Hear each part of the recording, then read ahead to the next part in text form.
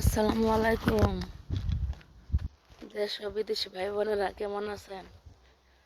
আশা করি সবাই ভালো আছেন। আমিও আপনাদের দোয়ায় ভালোই আছি। কি আর বলবো, মানুষ ঝগড়া করে এক টপিক নিয়ে আর শেষ করে মনে করেন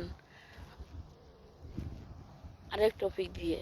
যখন ঝগড়া লাগে তখন থাকে একই, যে এর কারণে ঝগড়াটা হইলো।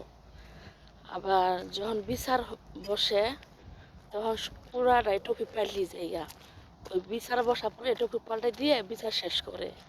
এখন সেই অবস্থা হয়েছে। এখন বাংলাদেশে যে আন্দোলন হলো, ছাত্রছাত্রীদের অনেক মানুষজন মারা গেল, অনেক কিছু হয়ে গেল, এটা তো সবাই সারা বিশ্বের মানুষই জানে। আর তার মধ্যে করলো কি, করে দিল নেট বন্ধ।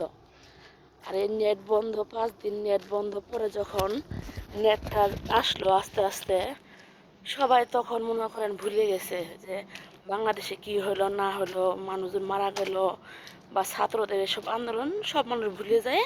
এখন যে নেট আইছে, নেটের কারণে মানুষ ভাবতেছে যে পুরা প্রবাসীরে বাংলাদেশে যোগাযোগ করতে পারতেছে এবং সব জায়গায় নেট চলতেছে, সবাই কথাবার্তা হইতেছে। কিন্তু শুরু হলো ছাত্র আন্দোলন দিয়ে, শেষ হলো নেট নিয়ে। ঠিক আছে, নেটের খুশিতে সবাই সব কিছু ভুলে গেছে গা। তা আমার এই কথাটাই ছিল যে একটা ওরে সবাই ভুলে যা, পরে আরেকটা দিয়ে মানুষ শুরু করে। আর এগুলো আমাদের রক্তে রক্তে আগে তো নেই, আছে, এখনও আছে, ভবিষ্যতেও থাকবো। যেটা ওটা কোনদিন মানুষ শেষ করতে পারে না। তো সবাই ভালো থাকবেন। খুদা হাফেজ।